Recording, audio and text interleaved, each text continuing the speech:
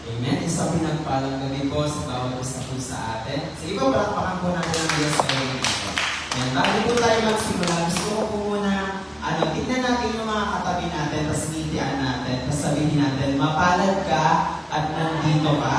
At dahil nandito ka, nandito din ang Diyos at kikilos siya sa buhay mo. Amen po ba? Amen. So, matala po ba tayo magpuri at sumamba sa ating Panginoon ngayong gabi? Amen. Kung kayo po sa oras na po na ito, lumapit po tayo sa Kanya ng may buong puso. Iiwan po muna natin yung mga problema, yung mga isipin po natin. At ito lamang po natin sa Kanya yung ating mga presensya at ang ating attention sa Kanya lamang po. Ngayon po ay sama-sama po tayo lumapit sa Kanya bilang yung mga puso po natin ay naghahanap at uhaw na uhaw sa Kanya. Sabi nga po sa awit chapter 27, Verse 8, ang iyong mukha, Panginoon, ang aking hahanapin. At nawa, ay hindi po yung maging panalangin natin ngayong gabing ito, no? Na habang hinahanap po natin siya at nag-uumapaw po yung kauhawan po natin sa Kanya, ay matagpuan niya din po ang bawat isa po sa atin. Hindi lamang po sa pag-aawit, kundi po sa totoong presensya na pinaparagas niya sa ating mga buhay. Kaya habang tayo po ay sasamba, lumapit po tayo ng may pagpapakumbaba. Lumapit po tayo ng may puso na handang tumanggap sa Kanyang gagawin sa ating mga buhay sapagkat siya ay lakila,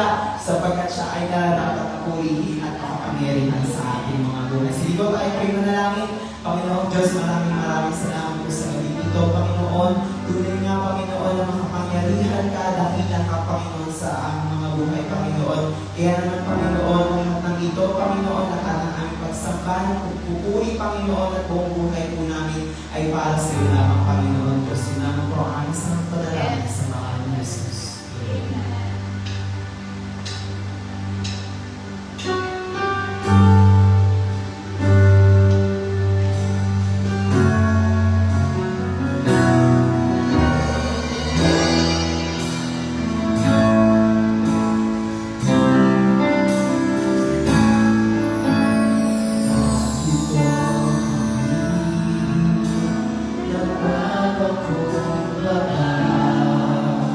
Sunasa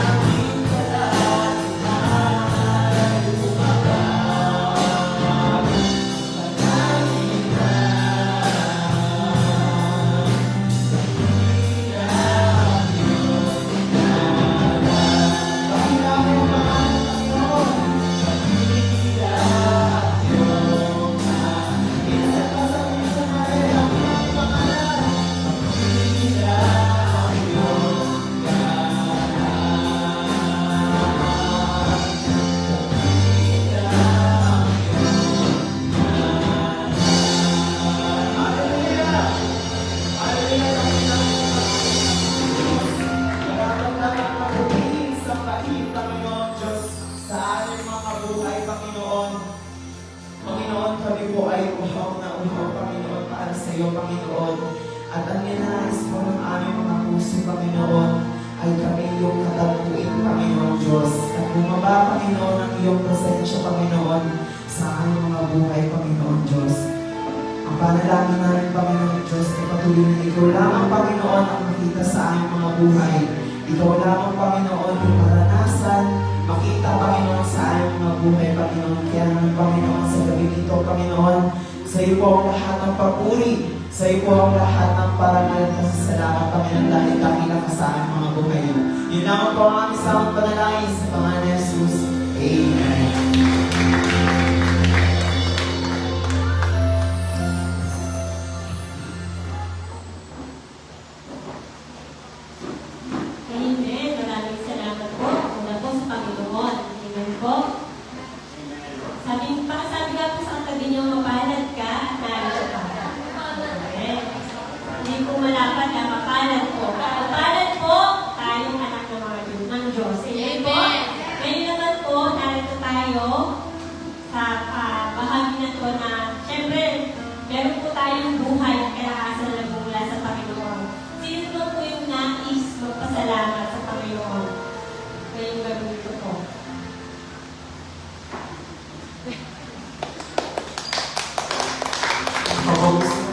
Ibalik lahat ng pabuhay para sa ating Panginoon Diyos po kasi ano po, nung kahapon po, official na po akong graduate na, candidate for graduating po this coming year 2026. And nakakatuwa lang po kasi, nung bago po kami mag-graduate, nung Sabado and Linggo, kasi di ba po may pasok po kami sa review center.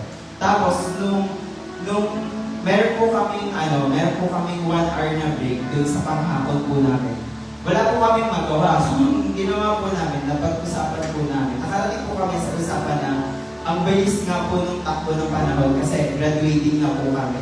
Candidate na po kami ng graduate this year. And nakakatuwa lang po isipin kasi nung first year po, yun, hindi naman po ililin sa inyong kaalaman kasi hindi ko po talaga hindi po talaga yung heart ko is nasa accountancy. Kumbaga nasama lang po ako doon kasi nga wala pong kasama. Natatakot po kasi akong pumasok sa new environment or mag-out of comfort zone ko po. So, meron po akong isang classmate na sumama lang po ako para mag-apply sa PCU. Tapos, kasi hindi nga po ako nakapasunod sa mga ibang school. So, sa PCU lang po kami. And ang available na lang po doon na ATM strand. Kasi sa ATM po, ang available lang dapat is yung kung ano yung business related. So, ang natitira lang po is yung FM, yung business administration, tapos accountancy. Tapos yung kaibigan ko po, gusto ko po sana mag-FM. Kaso po yung kaibigan ko nag-accountancy. Eh, dito din po ako sa accountancy. Bilang wala din po kasi akong isang decision sa buhay. Yun po yung nangyari. So, nag-accountancy po ako. And yung first day of school ko po, medyo na-bombard talaga yung isip ko nun. Kasi hindi po ako magaling sa math talaga. Totoo po, nung grade 8 ko, muntik na po ako magka-line of 7 sa grade ko. Kasi hindi ko po maintindihan yung factoring na lesson. Biruin niyo po yun, pag pinag-uusapan po nila, favorite po nilang subject ng math is sa factoring. Ako po ayaw ko po ng factoring. So, yun po, ayaw ko po ng accountancy in general kasi mahirap po, feeling ko po yung sinasabi po nilang plus, divide, minus, hindi na po yun. About po siya sa pag-analyze ng mga nangyayari sa bawat companies. And ayun po yung ayaw ko, yun po yung kahinaan ko talaga yung mag-analyze. Feeling ko kaya ko mag-math, pero hindi ko kaya mag-analyze. Nahirapan po ako. Tapos English pa. Doon pa yung English po. Tagalog pa, di ba? Pero English po, medyo tagilid po. Pero yun, nung nilook back po namin yun, marami pong nangyayari sa amin. Marami po kaming nilook back na magagandang nangyari sa amin, magagandang nangyari dun sa accountancy program na meron po kami. And yun nga, this year, official candidate for graduating na po kami. And nakakatuwa lang po isipin kasi medyo kala po namin mag-a-adjust po kami ng isang year kasi originally po yung accountancy 5 years. Tapos nung pagpasok po namin, nung first year po kami, naging 4 years na lang. So, yun po yung pinagpapasalamat ko sa Panginoon kasi naging mabilis lang yung pagpasok ko ng college, hindi dahil may nangyari or kasi dahil kinat nga para mapaunti lang yung SAL kasi nga magre-review pa po kami this year para po makapagsipali. And yun, nakakatuwa lang po isipan kasi nga, gagraduate na po ako. And ayun po yung nilook forward ko kasi yung pag-work naman. Although alam ko po na mahirap yun, pero gusto ko po kasi yung kapag-shopping. Gusto ko po makapag-punta something na galing sa sarili kong pera. And yun po talaga yung nilook forward ko. And kung paano ko po yung magagawa, is makapag-graduate mo po muna ko. And sa Diyos ko po lahat, binabalik yung papuri kasi nga hindi ko lang po ito magagawa ng sarili ko lang kasi ayoko nga ng accountancy. Sa Diyos ko po binabalik lahat ng papuri kasi binibigyan niya pa rin ako ng courage, ng braveness, tsaka ng kasipagan para magpatuloy pa rin dun sa course na yun. And I know, hindi ko yung Panginoon sa pangako niya. I know na hindi ako namalig ng trap sa nilalagdas ko kasi alam ko na nire-redirect niya ako sa gusto niyang gawin sa buhay ko. Kaya yun naman po yung gusto kong ibalik sa Panginoon. Yes, kasi nga po wala rin posible sa Panginoon. Yung pinakaiwan daw po natin, yun yung para sa atin. Amen po? Meron pa po? Ngayon po, kung wala na po, i-ready po natin yung ating puso, isipan, and yung spiritual verse po natin sa salita ng Panginoon. Kaya po sa akin yung kanyang lingkod na si Sister Jeanette.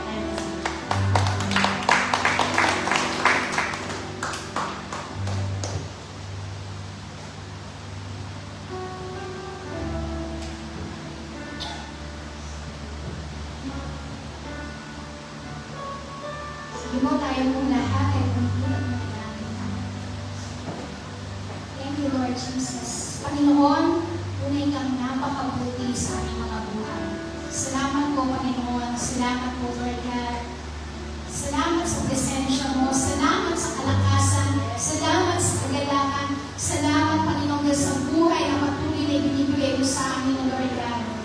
Kaya kami narito, Lord God, upang magbalik ng papuri para na kasasalamat, Lord God. Hindi dahil mayroon kang mga bagay na ginagawa sa aming mabuti, kundi ikaw ay sadyang napakabuti sa aming mga buhay. Kaya naman, O Diyos, hayaan mo, Panginoong Diyos, sa gabi ito, habang kami, O God, ay nakikinig ng iyong mga salita, patuloy ka po mag-ministeryo sa bawat isa sa amin. Mag-usap ka po, Lord God. Ano po yung nais mong iparating sa bawat isa, Lord God? Hayaan mo maging bukas ang aming mga puso, ang aming mga matang espiritual, ang aming mga taingang espiritual, Lord God, upang patuloy namin na buong marinig, Lord God, ang mensahe mo, Lord God. O ano yung nais mo, Lord God, na gawin namin para sa iyo, Panginoon Diyos. Magkaroon kami ng kalakasan espiritual. Magkaroon kami ng kagalingan, Panginoon Diyos. Physically, spiritually, maranasan namin ang kapuspusan ng iyong Santong Espiritu, Lord God. Panginoon, mangusap ka po sa bawat isa. Inawagap namin ang iyong banal na Espiritu na malayang bawat kumilos sa Lord God sa kalagitnaan ng gawain ito. Ikaw lamang po, Diyos, ang maitaas, mapapulihan at maparangalan. Sa iyo ang lahat nito sa pangalan ng aming Panginoon Jesus. Amen. Sige po, walang pagkakaas. Salamat po sa Panginoon. Thank you, Lord. Sadyang ang dami natin nakipagpapasalamat sa Panginoon Diyos. Napakasarap na patuloy natin purihin siya, sambahin siya sa Espiritu at katotohanan sa kabila ng ating mga pagod, sa mga nararanasan natin hirap, sa araw-araw, sakit man ito, kawalan man ito, pero wala tayong dapat idahilan para hindi tayo magbalik ng papuri, parangal at pasasalamat sa pamamagitan ng ating pagsamba. Amen? Kaya nga po sa gabi ito, ihanda po natin ang ating mga puso. Sit back and relax. Hayaan natin na ang Espiritu ng Diyos malayang makagawa at makakilos po sa atin habang nakikinig po tayo ng salita ng Diyos. Amen? Pagpalain po ng Panginoon Diyos ang kanyang mga salita. Pag-aralan po natin sa gabi nito, sabi nga po, ang certainty of fulfillment. Matatagpuan po natin ito sa aklat ng Habakuk, chapter 2, verse 3. Certainty of fulfillment. Ibig sabihin, katiyakan ng katuparan.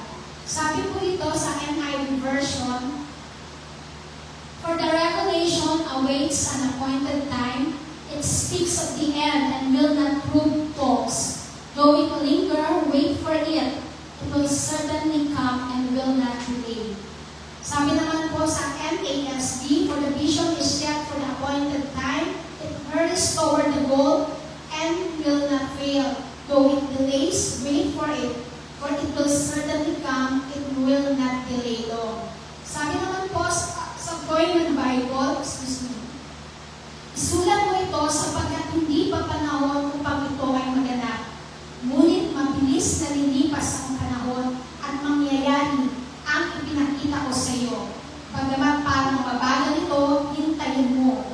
Iyak na mangyayari at di maantala." Pagpalain po ng Panginoong Diyos sa kanyang mga salita. Amen.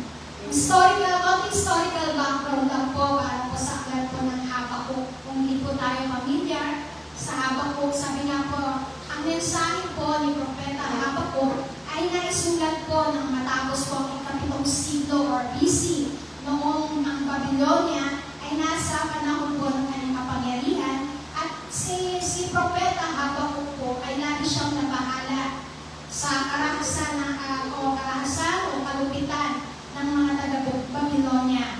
Kaya nagkaroon siya ng katanungan po kay Yahweh. Sabi niya po rito, "Bakit hindi kayo kumikibo? Gayong pinupuksan nila ang mga taong higit na mabuti kaysa sa kanila." Yan po yung tanong ni Habakuk sa ating Panginoon, kay Yahweh. So, ito naman po ang tuloy ni Yahweh kay Propeta Habakuk. Sabi niya po na siya ay kikilos pagdating ng takdang panahon, samantalang ang matuwid ay mabubuhay sa pamamagitan ng kanyang pananampalataya. Pagpalain po ng Panginoong Diyos sa kanyang mga salita.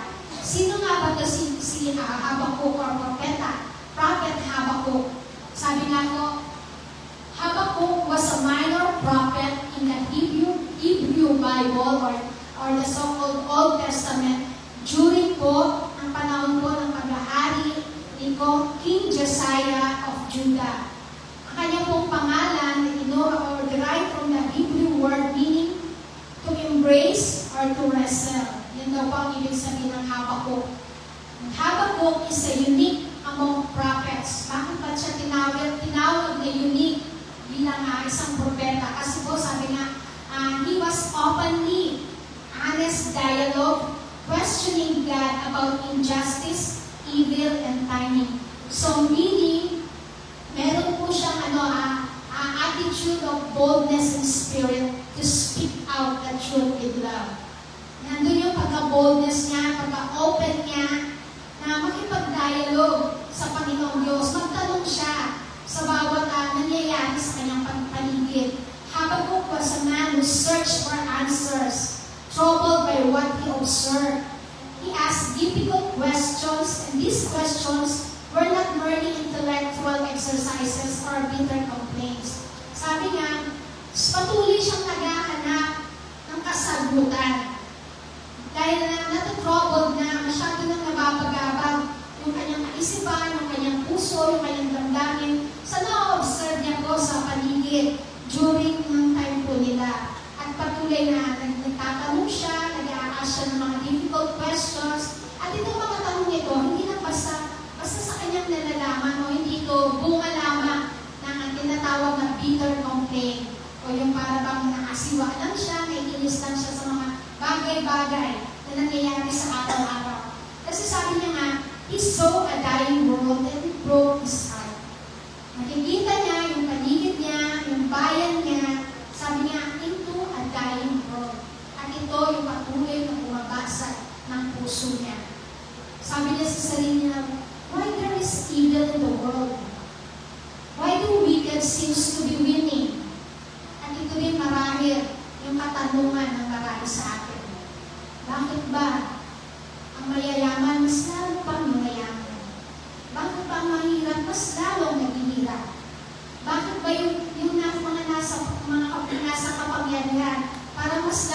sila yung nananalo. Yung mga taong aping-aping, mas sila pa yung nadidikin, sila pa yung napaparusahan. At minsan sa buhay po ba natin, naitatanong din po ba natin ito sa Panginoon? Yung bawat sitwasyon po na nararanasan natin. Ito yung katanungan po ni Propeta Habakkuk. Why there is evil in the world? Why do wicked seems to be winning? He boldly and confidently took his complaint to God. Inilatag niya lahat ito sa Panginoong Diyos. Yung complaint niya, yung mga katanungan niya. And God answers with an avalanche of fruit and predictions. Pinakita din ito sa kanya ng Panginoong Diyos. Tumugon po ang Diyos sa pamamagitan ng nag-uumapaw na patunay at pahayag ng mga mangyayari. Mangyayari sa kinabukasan, sa inaharap, o sa kasalukuyan. Ang tinatawag pong certainty, o yung topic po natin na certainty or of fulfillment, katiyakan ng katuparan. Sabi nga po, certainty and timing of divine fulfillment is a central theme in the Bible, emphasizing that God's promises, plans, and prophecies will undoubtedly come to us. Darating at darating niya nang walang pag-aalinlangan. Mangyayari yan. But all according to the will of God. Yung mga bagay pong nararanasan natin, mga na-experience natin, mga na-encounter natin, lahat yan, may kapahintulutan po ng Panginoong Diyos na dumaan, nangyari sa ating mga buwan. And it is according to God's will. Sabi nga po, ano nga ba itong tinatawag na certainty? When we say certainty, means the end result is fixed. Even yung proseso po, napakabagal. Even yung proseso, para bang confusing, para bang ano ba talaga? Makakapagtanong tayo, even the situation is uncertain. Walang katiyakan. Pero ang merong tiyak na tiyak tayo is God's word is more reliable than what we see or what we feel. Higit pa sa nakikita natin, higit pa sa nararamdaman natin, yung gagawin ng Panginoong Diyos sa pamamagitan ng kanyang mga salita. Ready na po ba kayo? Parang hindi. Ready na po ba kayo? Dapat lagi tayong ready. At sa gabi ito, pag-aaralan po natin tatlong bagay that we must remember and understand as we study this verse.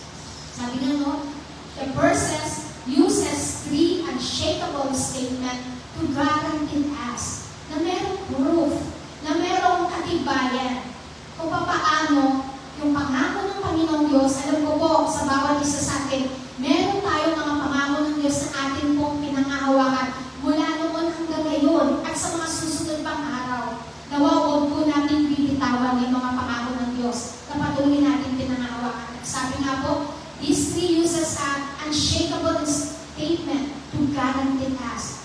Ginagarantiya po ng salita ng Panginoong Diyos na mangyayari at mangyayari. Ano man yung mga pinangahawakan po natin pangako niya.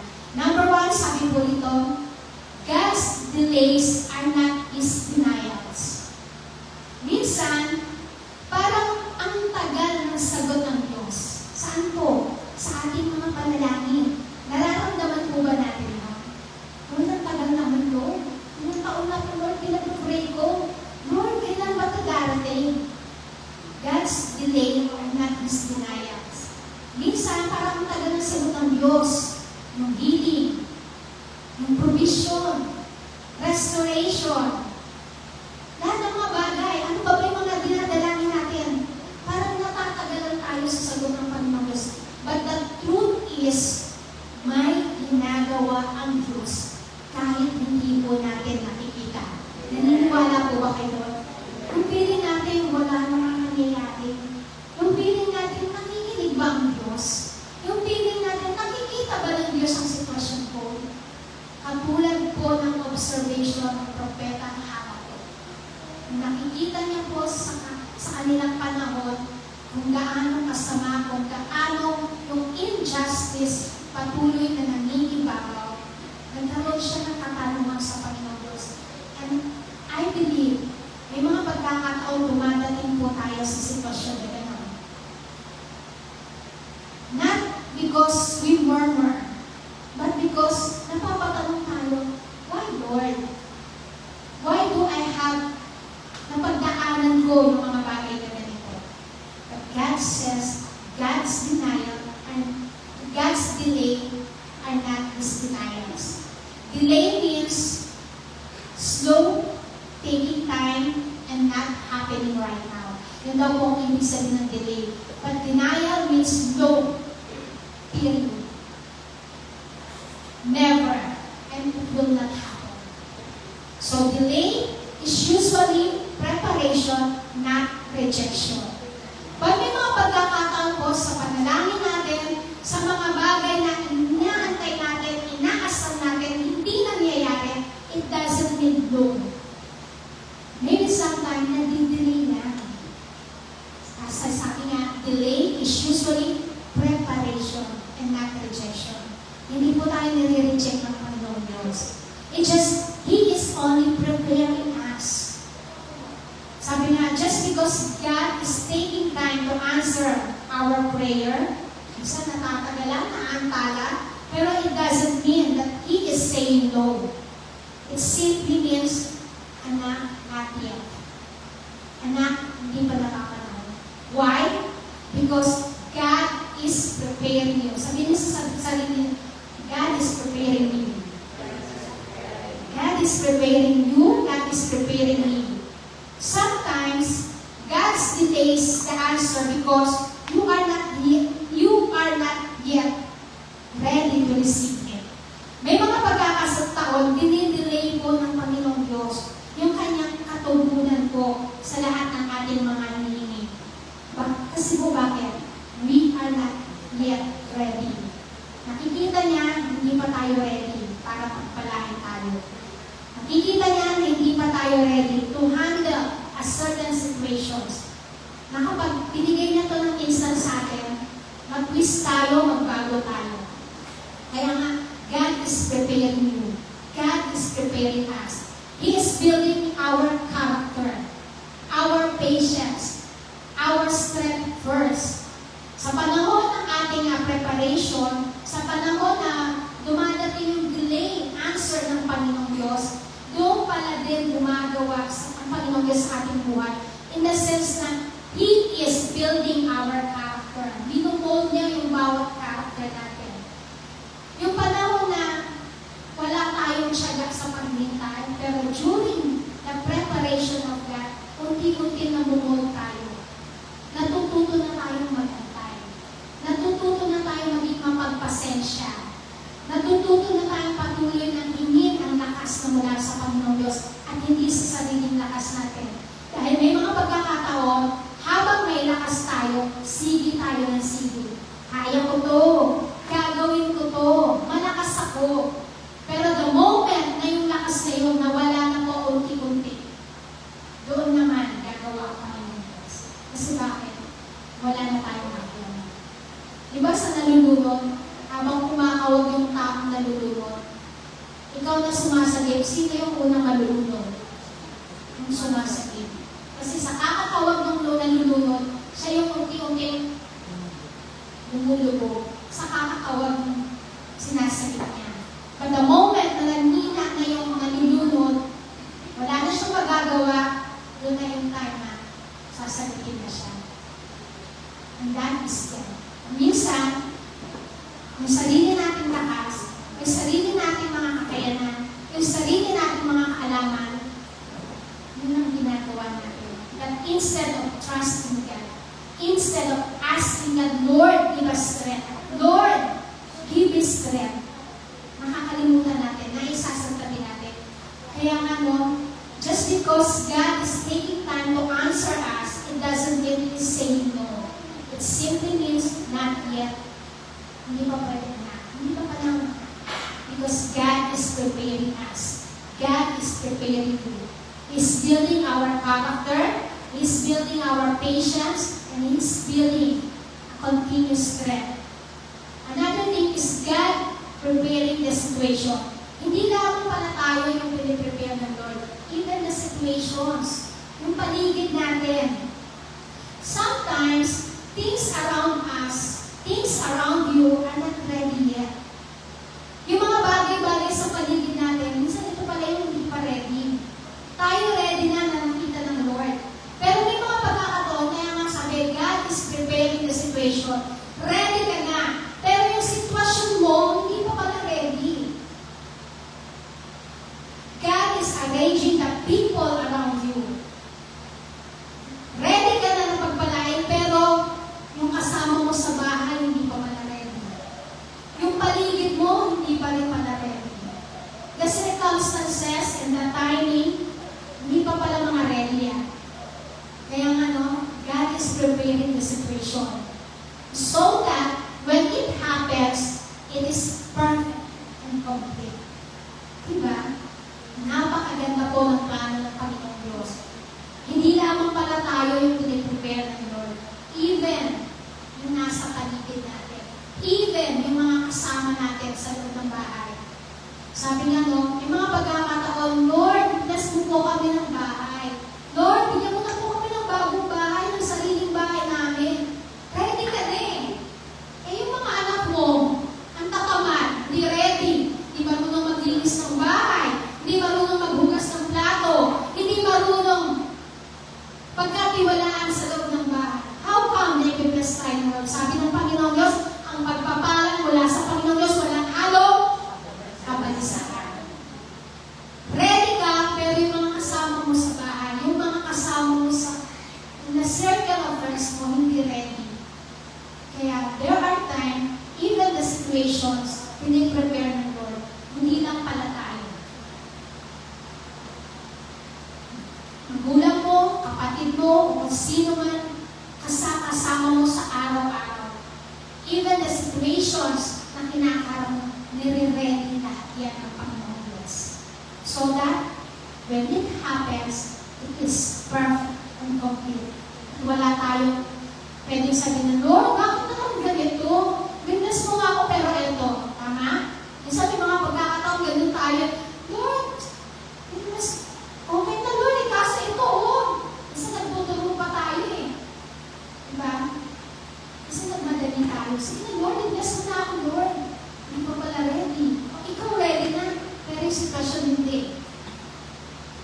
Yung sitwasyon, yung mga tao sa paligid mo, ready na, pero ikaw pala hindi. So, vice versa. Another thing is, God has something better. Sometimes, God says, wait ka na. Because what you are asking is good. Totoo naman. Yung mga hinihingi natin, mabuti naman yun. But He wants to give you something much greater and better. Diba? Panginoon, pagpalain mo po ako, magkaroon na po ako ng trabaho, magkaroon na po ako ng business. Lord, magiging channel of blessing po ako sa church. Tutulungan ko po yung nangangailangan. Ang ganda ng plano mo na. Very good yan. Pero wait na na, meron pa ako mas magandang task. Diba? Lord, ang ganda na po ng plano ko eh. Bakit ayaw mo tugunin? Bakit ayaw mo i-bless? Bakit lagi nadi-delay? Sabi nga, God's delay are not His denial. Delay is usually preparation, not rejection. Tandaan po natin, ano? May mga pagkakataon na di-delay po yung tugon ng Lord, but it doesn't mean totally no. Sabi nga, God is preparing you, God is preparing the situations, and God has something better. Something much better and something much greater. Amen? Pangalawa, sabi nga po, there is so a question here. May mga pangako ba ang Diyos sa buhay mo na parang natatagalan-ganan? Isipin po natin, magkaroon tayo ng reflection. May mga pangako ba ang Panginoong Diyos sa buhay mo na parang ang tagal naman? May mga pinanghawakan pa tayong promises ng Panginoong Diyos na parang bang gusto na natin bitawan. Kasi Lord, ang tagal eh. Parang ayaw mo naman yata eh. Parang hindi naman yata para sa akin eh. Mga panalangin na ilang taon na ipinapanalangin natin. But still, God is silent. Pero, God says, it will not delay.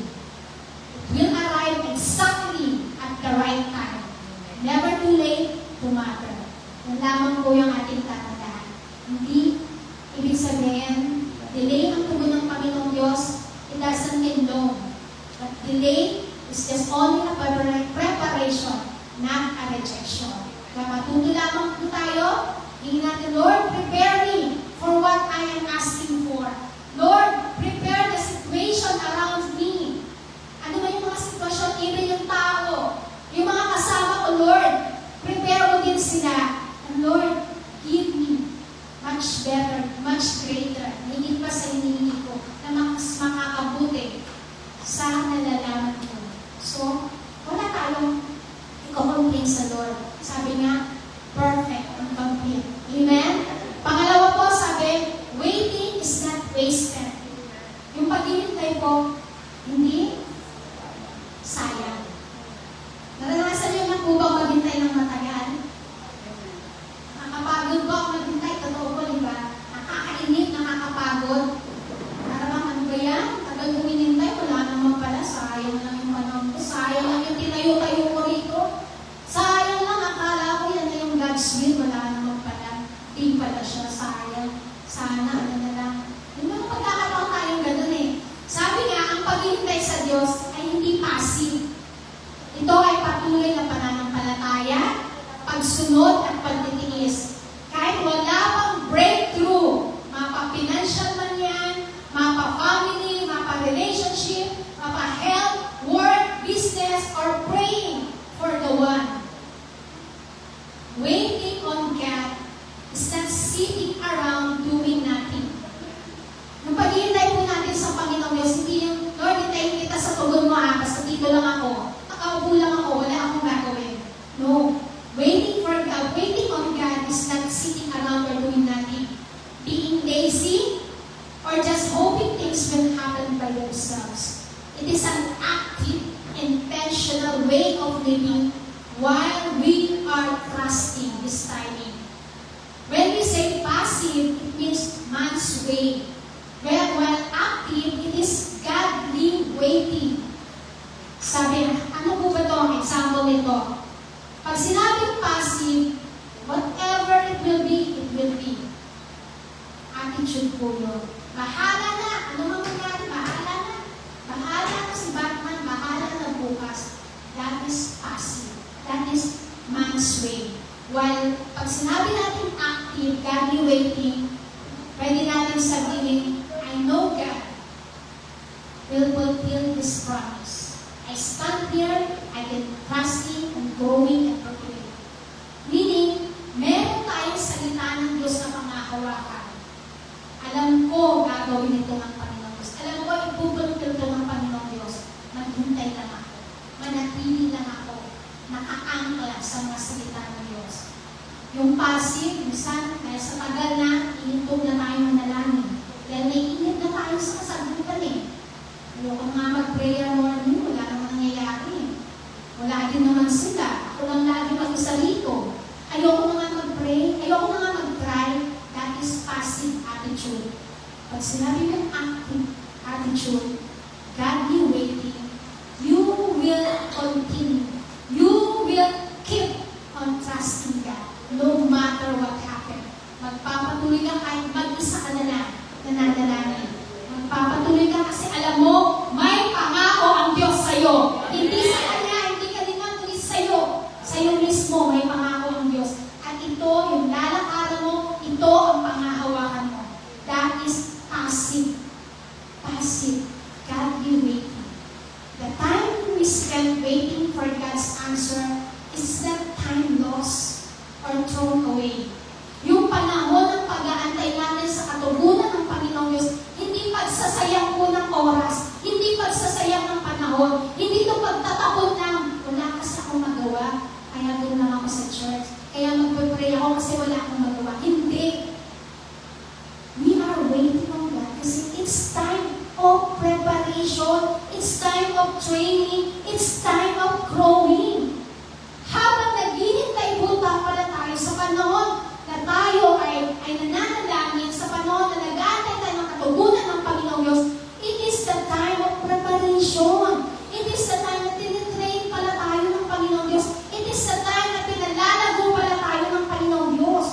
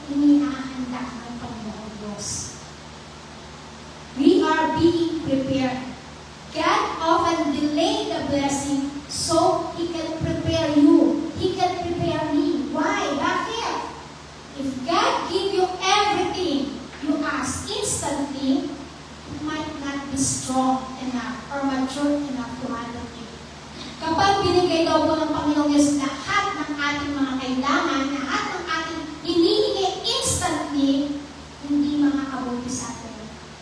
Hindi makakatulong sa atin. At hindi ito magdadala para maging mature po tayo. Why? We need to be strong. When problems or storm of life comes, we need to be mature spiritually. Alam na natin i-handle. Dumating man yung mga pagsubok, yung mga problema, yung mga circumstances ng buhay, alam na natin i-handle ang. Kasi why? Because we are mature enough to handle every situation, to handle every problem with peace. Kaya minsan, may mga pagkakataon, hindi talaga ibinibigay ng Lord instantly. Instantly. Although alam natin, Lord, but God can make it. Sabi nga, one thing lang kaya ng Panginoon. Kasi ano ba siya? All-knowing siya, makapangyarihan siya. Kaya niya eh. But God is concerned with us. Hindi niya hayaan ang init-init nating naglilingkod ngayon sa Panginoon Diyos. Kapag tinugon niya yung mga prayers natin, baka mawala tayo agad sa Kanya. Kasi bakit? Hindi pa kasi tayo ready. We are not mature enough to receive what we are asking for. Sabi nga po, understand what is the will of God in your life. And it is worth waiting. Tama po ba? Sa panahon ng paghihintay natin, gaano man katagal yan, kapag dumating na yung answer ng Panginoong Diyos, worth the waiting. Even sa atin, katulad po ng testimony po kanina ng MC, hindi ganun kadali ang mag-aral. Ang tagal ng panahon, hindi talo na. Sabi nga niya kanina, sitwasyon, hindi naman niya gusto yung course eh. Pero, di ba? Tignan mo, ilang years yung pinagpagalan nun, 4 years, and now it's the time. Diba? Kasama na yung kanyang pangalan sa mga graduating student. Ang sarap ng pakiramdam. Ang habang panahon na hinintay, same as tayo sa Panginoong Diyos, ang tagal natin hinintay yung mga bagay-bagay na pinapanalangin natin. But when the time is right, worth is waiting. Amen? Kasi tama na yung puso natin. Ready na tayo. We are mature enough. Kaya ready na rin na ibigay sa atin ito ng Panginoong Diyos. Kaya sabi niya, student cannot graduate only for 1 week from school. Hindi agad-agad. Nag-aral ka, tapos isang linggo lang, sige, graduate ka na. Hindi ganun. Walang ganun. Sabi nga, they must spend years of learning. That time spent studying is not wasted. Hindi nawala ng kabuluhan. Yung 4 years, akala nga 5 years eh. Kaya sabi na, salamat Lord, naging 4 years na lang. So, it worth the waiting. It is necessary. Diba? Another thing is, God is working while we wait. Ang Panginoong Diyos gumagawa habang tayo ay naghihintay. We might feel like nothing is happening, parang pakiramdam natin wala namang nangyayari. But God is working behind the scene. Turuin niyo, para pala tayo mga artista. Diba? Ang Panginoong Diyos, habang tayo gumagawa, habang sa araw-araw ng buhay natin, pero behind the scene, gumagawa pala ang Panginoong Diyos. He is moving. He is moving people, closing the door, closing the wrong door, opening the right door, and fixing situation that we cannot see. Wow, ang galing naman pala ng Lord. Diba? Pinakikilos niya yung mga tao sa paligid natin. Isinasarado niya yung mga pintuan na hindi para sa atin. Binubuksan ng Panginoong Diyos yung mga pintuan na karapat-dapat para sa atin. At inaayos niya yung bawat sitwasyon. Mga bagay-bagay na sabi nga, limited ng ating paningin. Things that we cannot see, doon pala gumagawa ang Panginoong Diyos. Yung akala natin sa paghihintay natin, ito po ng Diyos, wala lang. Hindi naman ako naririnig ng Diyos, ayoko na nga. Pero hindi natin alam, busy pala na gumagawa ng mga bagay para sa ikabubuti natin ang Panginoong Diyos. Ano po ba? Minsan ang nakikita lang natin, limited eh. Minsan ang nakikita at napapansin lang natin, yung kasalukuyan.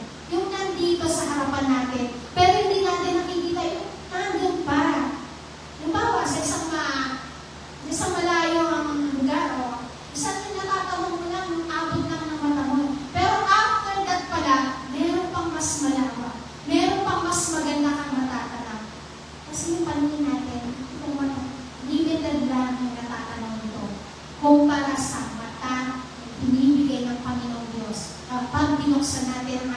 spiritual eye, makikita natin kung gaano kabuti, kaganda, nakakamangha ang plano ng Panginoong Diyos. Naranasan niyo na bumang tumayo sa isang mataas na lugar. Diba? Katulad ko nung nasa Camp Netanya kami. Kasi yung pinakamataas, nandun kami, nakastay. Talagang kitang-kita mo yung lawak ng karagatan. Hindi lang sa ganda ng paligid ng Camp Netanya, kundi yung, sabi niya baka yung pinakadulo ng natatanaw ng ating mga mata, sabi niya pag nag-uusap-usap kami nakatapos sa karagatan, parang mas maganda pa, mas higit pa na maganda yung likha ng Panginoong Diyos. At ganyan po kalawak ang preparasyon ng Panginoong Diyos para sa atin, para sa kabubuti po natin. Kaya nga, He's moving people, closing wrong door, opening the right door, and fixing situations that we cannot see. Gayon tayo napakahalaga sa paningin ng Panginoong Diyos. He is deeply concerned in us. Hindi ba tayo nahiya kay Lord? He is too busy doing things for our own good. Busy-busy ang Lord para gawin yung mga bagay para sa atin. Tapos tayo ano? Ano yung response po natin sa Kanya? Wala. Nag-aantay ka lang. Nag-aantay lang tayo. Tapos puro reklamo pa. Wala. Hindi tayo katulad po ni Juan Taman. Sino ba si Juan Taman? Nakatanong ka ba yun? Nakanganga. Naghihintay na bumagsak sa kanya yung pagkain, yung bunga, yung bayabas. Sabi nga, no, waiting on God is not sitting around and doing nothing. Being lazy, actively living while trusting His timing. May ginagawa din tayo, mga kapatid. May gagawin din po tayo habang may ginagawa po ang Panginoong Diyos. Gusto mo ng kagalingan? Gusto mo na pagpalain ka ng Diyos?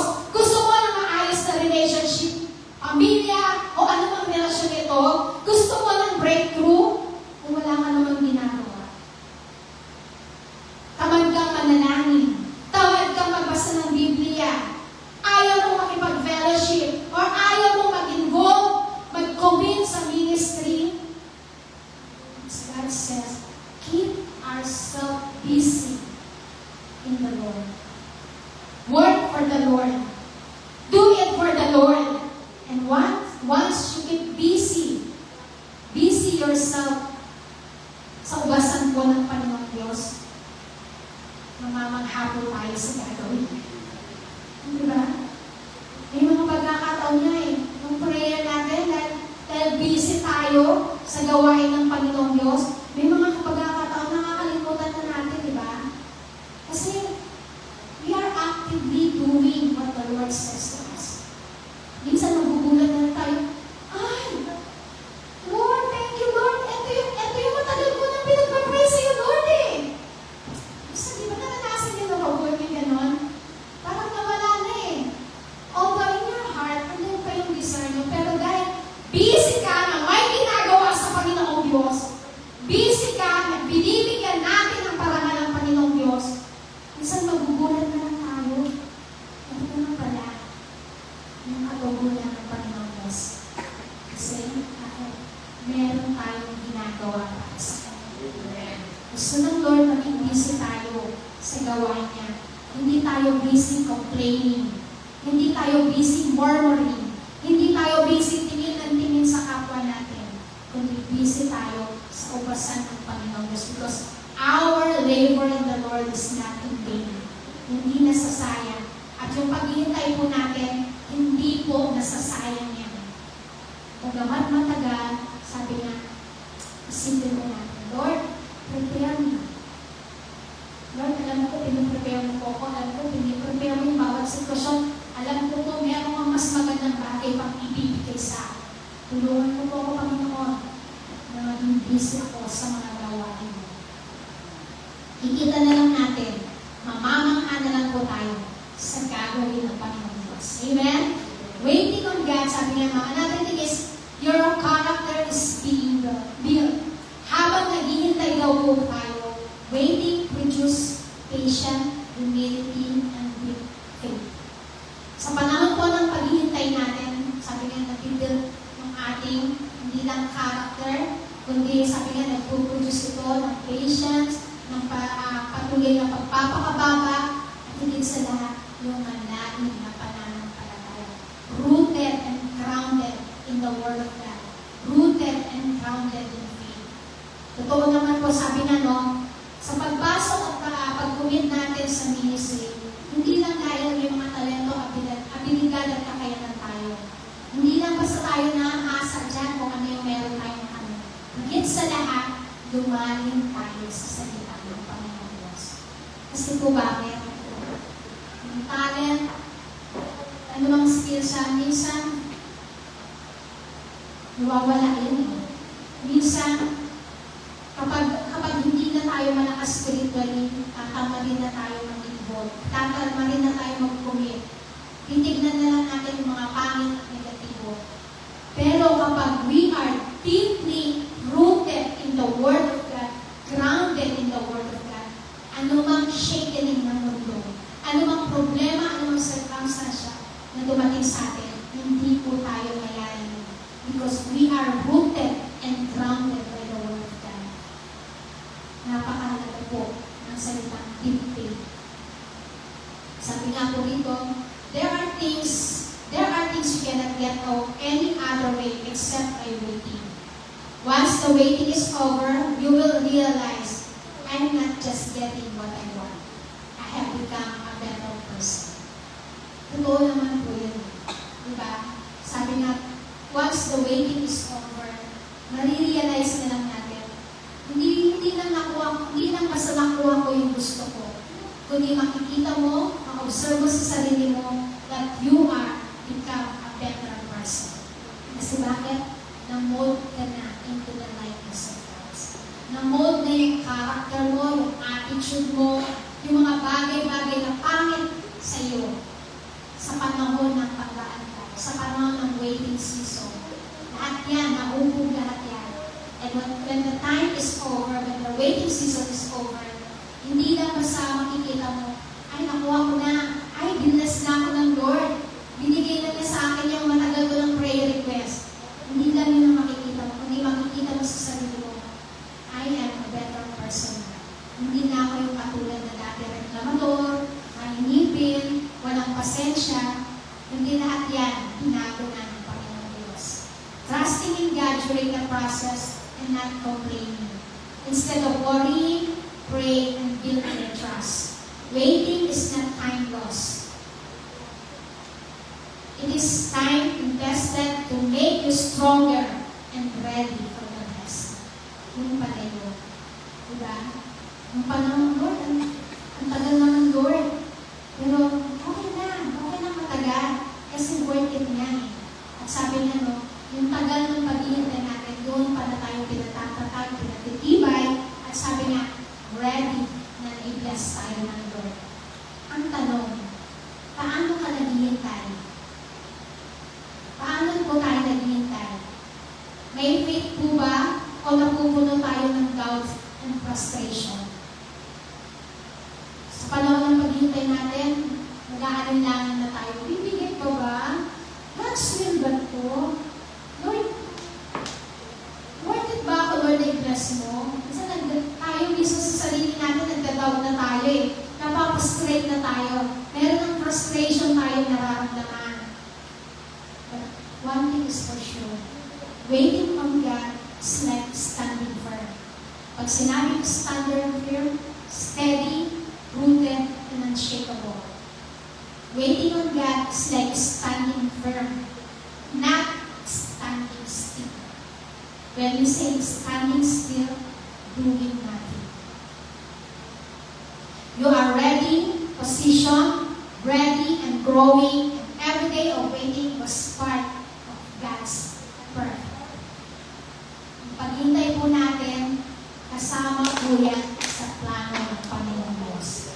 Kaya huwag po tayo magreklamo, huwag tayong magsasawa, huwag tayong hihinto. Keep on doing what is best for our God. Amen? And lastly, sabi ko rito, God is always on time. On time natin ang Panginoon Diyos. Meaning, hindi late,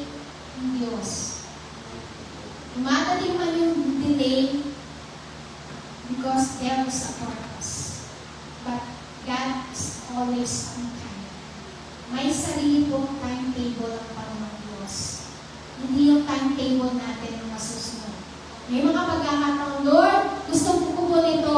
Itong araw na to, Lord, itong sitwasyon na to, ganito po yung gawin mo.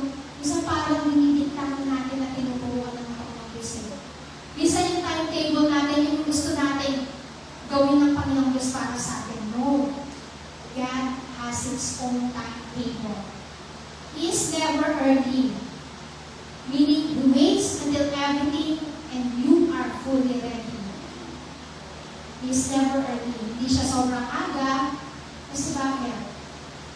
Tinitignan niya na ayos na that everything is in good situations. And you are fully ready. He is never late. Hindi rin siya late. Meaning, He arrives right before it's too late. Perfect time pa rin. Never early, never too late. He is perfectly on His schedule. His time is perfect. What looks delayed to us is just His perfect plan before. Minsan yung tingin natin, delay na sa atin. Lord, nagpas na siya sa oras. Ang usapan namin ganitong oras ka na. 5 minutes late ka na. Minsan ganun tayo magreklamo eh. Delay na yung tingin natin. Pero sa Panginoong Diyos, sabi na, it just His perfect plan unfolding. Even when things feels uncertain, His plan never stops. His plan never fails. Ganyan po ang Panginoong Diyos sa atin. Because He is truly concerned in us. Isa rin siyang timetable. Yung mga bagay na sa paningin natin, napaka-imposible, walang katiyaan. Pero meron sariling orasan ng Panginoong Diyos. At ang orasan na yan, hindi po uling ito para sa atin. Kasi patuloy at patuloy na gumagawa ang Panginoong Diyos para sa ikabubuti natin. His plan never fails. Wala pang plano ng Diyos na nasira, kundi lahat na niya natutupad. It's up to us kung pipiliin natin yung plano ba natin o plano ng Panginoong Diyos. Just like a farmer, after a long period of hard work, tatayo siya at pagmamasdan niya at malawak niyang bukirin. Mapapangiti siya at masasabi niya sa kanyang sarili, magandang ani ngayon. Maganda ang mga pananim ko. Mabuti ang ani. Worth it yung pagpapagal ko. Worth it yung hirap at pagod. Katulad din po tayo sa harap ng Panginoong Diyos. Once we are ready now and become a better person, mapapangiti natin ang Diyos.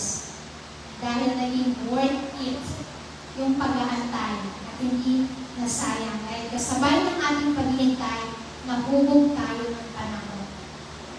Natuto tayo magpahalaga sa bawat opportunity na ibinibigay po sa ating ng Panginoong Diyos. At ang bawat opportunity na yan, huwag po natin sasayangin. Lalo na po, para sa Panginoong Diyos, kung para sa paglilingkod sa Panginoong Diyos. Kapag binigyan po tayo ng opportunity na maglingkod po tayo. Huwag natin sayangin, huwag natin sabihin, Lord, may ginagawa pa ako, Lord, may trabaho ako, Lord, may business ako. God gave us, sabi nga, 24/7, 24 hours, hindi natin pwedeng sabihin, kulang Lord ang oras ko eh. Blessing mo naman itong trabaho, Lord. Blessing mo naman itong business, Lord. Unahin ko muna ito bago ako mag-ipon. Binigyan po tayo ng talino at kakayanan to handle every situation. To be mature enough to handle every situations na kinakaharap po natin. Gusto mo ng kagalingan? Work for the Lord. Gusto mo ng pagpapala? Work for the Lord. Ano man yung mga bagay na hinihingi mo? Work for the Lord. At yung paggawa natin, pag-aantay natin, hindi po yan mawawalan ng kabuluhan. Siyasat ng Panginoong Diyos, nakikita ng Lord ang lahat ng ating mga ginagawa. Minsan, sabi nga sa tao, makakapagbigin tayo, pero sa Panginoong Diyos, sabi wala tayong makikibigin. Sabi po doon sa verse 3 na binasa po natin, verse 3 says, for the revelation awaits an appointed time. And that appointed time is at God's perfect time. It is fixed. It is set. Sabi nga ng verse 3, it will certainly come and will not delay. In human view, sa pananaw po ng tao, it feels like a long wait of season. Yun ang tingin natin eh, ang tagal, Lord. Ang hirap naman, Lord, napakatagal, Lord, human view. Ganito natin tingnan. Yung sobrang haba ng panahon, ang tagal. Diba? Pero sabi nga, no, but in God's view, He is right on schedule. He is not delaying beyond what is right. Perfect time po ang Panginoong Diyos. It's never too early, it's never too late, but it is perfectly on time, on schedule. Kapatid, kaya mo ba magtiwala sa timing ng Diyos?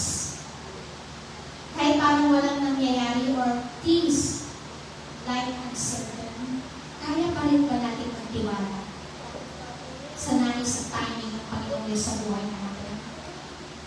Ano ba ang sagot mo? Dapat po, yes. Yes, Lord! Magtitiwala pa rin ako kaano man katagal ito. Kasi alam ko, in my waiting season, in my waiting period, when the time is right, sabi nga ng Panginoong Diyos, I, the Lord, will make it happen. Kasi perfect time ang ibibigay sa atin ng Lord.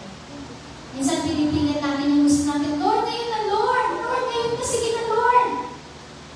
Hindi naman yung perfect time ng Lord, para i-bless tayo eh, para ibigay ng Lord eh. And dahil sa kakakulit natin, diba katulad ng bata, sige na ma, hindi ba ako noon?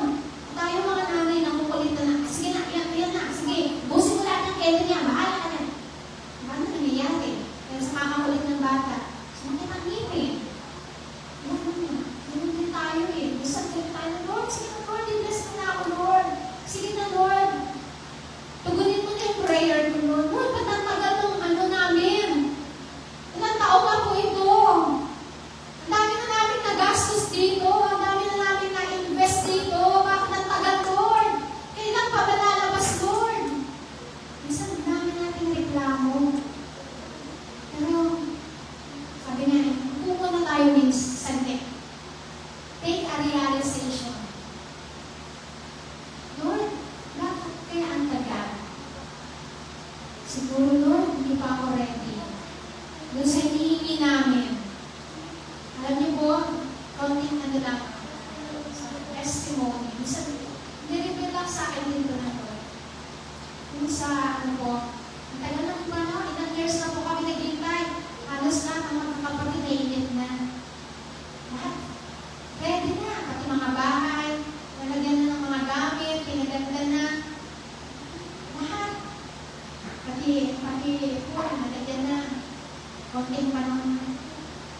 Lagi na ang tala. Ang kaisa-isa, inaantay namin lahat. Ayan na. Pagdating, pagkakami naman. Alam niyo po, dito ko nakita yung kasal.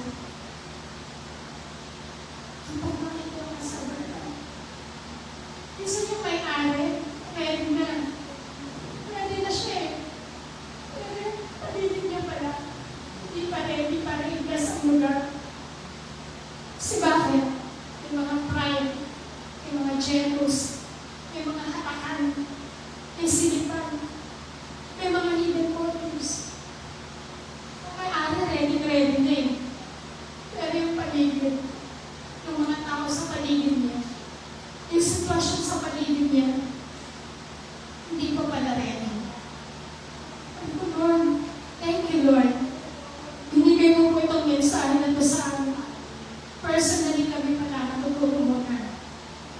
Dito ko nakita. Tagal na Lord eh. Lahat kami init na eh. Lahat kami dami namin sinisisi. Kami-kabila.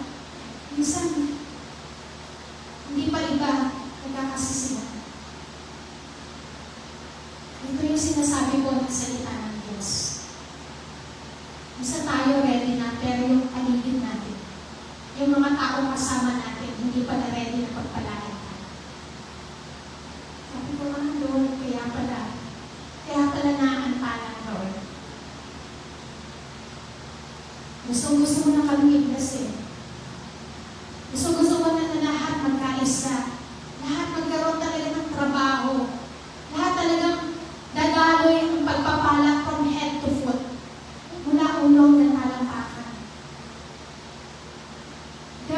sometimes even inside the church. May mga pagkakataon nangyayari po yan. May mga bagay tayong hinihintay, even personally, may mga bagay tayong hinahantay. Pero, magkaroon muna tayo ng reflection. Lord, am I ready enough to receive your mercy? Panginoon, ready na po ba yung mga anak ko? Ready na ba yung asawa ko? Ready na ba yung kapatid ko? Ready na ba, Lord, yung mama ko, yung papa ko? Ready na ba kami? Even the situation inside and outside the house. Ready na ba kami, Lord? Lord, kung hindi pa po, paunawa mo po ito sa bawat isa sa amin. Isa magkaroon po tayo ng reflection po. Ang mabagay na hinihingi natin, bakit ang tagal na, Lord? Sabi nga ng salita niyo, certainty of fulfillment. Katiyakan ang pagkakaroon. Tiyak ang mga pangako ng Diyos at mayroong katuparan po ang lahat. It's a matter of our heart. Kung gaano po natin tatanggapin. Kaya mo bang magtiwala sa timing ng Diyos kahit parang walang nangyayari or things like uncertain? Yes. Ang sagot po, yes. Yes na yes. Because trusting God when things are uncertain is exactly what living by faith means. In Habakkuk chapter 2 verse 4, ang hambog ay mabibigo sa kanyang pagmamataas. Ngunit ang matuwid ay mabubuhay sa pamamagitan ng kanyang pananampalataya. Praise the Lord! Hallelujah! Praise God! Gaano man kahirap, gaano man katagal, kung sino man ang may pananampalataya, sabi nga no, mabubuhay, ang matuwid ay mabubuhay sa pamamagitan ng kanyang pananampalataya. The just shall live by faith alone. Ang faith natin, ito yung magtutulak, ito yung magpupush sa atin para maranasan natin yung kapangyarihan ng Panginoong Diyos. Para maranasan natin yung mga bagay na hinihingi natin sa Panginoong Diyos. Amen? Ready ka na po ba? Ready na po ba tayo? Dapat ready tayo. Lagi tayong ready. Totoo, sabi nga, nakakapagod po ang pag-antay. Sabi nga, nakakabawas ng strength, nakaka-lupay-pay. Diba? Lalo na pag sa kainitang araw, mag-aantay ka, parang gusto mo na mag-disappear, mag-collapse, lahat na ng pakiramdam dahil sa init, sa tindi ng init, pagod, hirap ang pag-aantay. Lahat talaga magagawa mo. Sabi nga, yung dating fresh ka, dahil sa tagal ng pag-aantay mo, wala na. Ano na, bilasak na. Sabi nga, bilasak na. Pero, once we wait on the perfect time of the Lord, it's worth the wait. Huwag tayo magsasawa. Huwag tayo manghihinawa. Never give up. Amen? Amen. Sige ba, sabi po dito sa pamuli, Habakkuk chapter 2 verse 3 teaches us the ultimate truth about trusting God. God's plans are sure, His timing is perfect, and His promises never fail. God is never early, never late, and He never forgets what He has promised. What He promised will surely happen at exactly the right moment He has appointed. Takda at tamang panahon, mararanasan natin yung mga bagay na hinihingi natin sa Panginoon Diyos. Just keep on waiting. Huwag tayo magsawa maghintay para sa gagawin ng Panginoon Diyos. Amen? Amen. Sige po, tayo po lahat ito ngayon. Hallelujah. We praise you, Lord.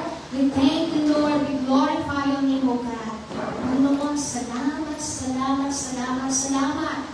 Salamat, Panginoong Diyos, sa magandang mensahe mo sa amin sa gabi nito, Lord God. Salamat po, Panginoong Diyos. Salamat po. Hallelujah, Lord Jesus. Glory to God. Hallelujah. Father God in heaven, we come before you with a heart that sometimes waver. Panginoon, totoo po, Dumudulog kami sa iyong harapan na may pag-aalinlangan, na may pagdududa. But Lord, we thank you that you are a God who fulfills every promises. Ikaw ay Diyos na kung saan, Lord God, nagbibigay ng katuparan sa lahat ng mga pangako mo, Lord God. That's why we place our desires, we place our plans and future in your hands. Sa iyong mga kamay lamang natin, Diyos, pinagkakatiwala po, Lord, yung mga nasa ng aming puso, yung mga plano po namin, yung kinabukasan namin, Lord God, kasama ng aming pamilya at sambayanan. Sa iyong kamay, amin pong itiniwala ang lahat ng ito.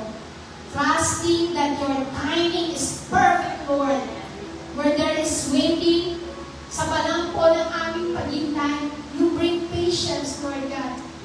Where there is doubt, you bring assurance. Sa panahon po na nag-aalinlangan kami, sa panahon po ng mga Diyos na parang question na namin, Lord, kaya na po. Pero napakabuti mo pa rin. Kasi Lord, binibigay mo pa rin yung assurance sa amin. Binibigay mo pa rin yung kasiguraduhan na panghawakan namin, Lord, yung mga pangako mo yung salita mo. Lord, we believe that what you have spoken over our life will surely come us and will not delay. Lord, we trust in you.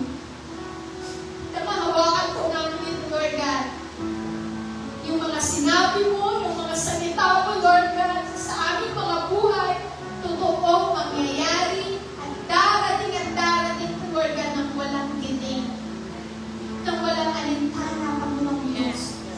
Lord, we rest in the certainty that you are working all things together for our own good and for the glory of your name, Lord God.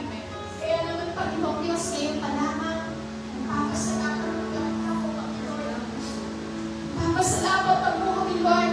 Gabayan mo po kami sa araw-araw po ng aming buhay, sa aming paglilingkod, Lord God. May mga personal kami na request sa iyo, Lord. May mga personal kami hinihingi, Lord. Kapunin ko po ang lahat ng ito. Let your will be done for us, Panginoong Diyos. At hayaan mo, Lord God, patuloy kami, Panginoong Diyos, magpapahinga sa katiyakan ng mga pangako mo. Dahil alam namin, Lord God, lahat ng bagay, Panginoong Diyos, mangyayari at gagawa na magkakalapit-lapit, Panginoon, para sa aming ikabubuti, ikagaganda, at ikalalago ang buhay espiritual. So that in the time, Lord God, we are matured enough to handle every situation, every difficulties, every problems, Lord God. And alam namin, Panginoong Diyos, you already prepared us, Lord God. Salamat po, Panginoong Diyos. Salamat po, Lord God. Tanging sa iyo lamang kami, Panginoong Diyos, mananangan. Tanging sa iyo lamang kami, Panginoong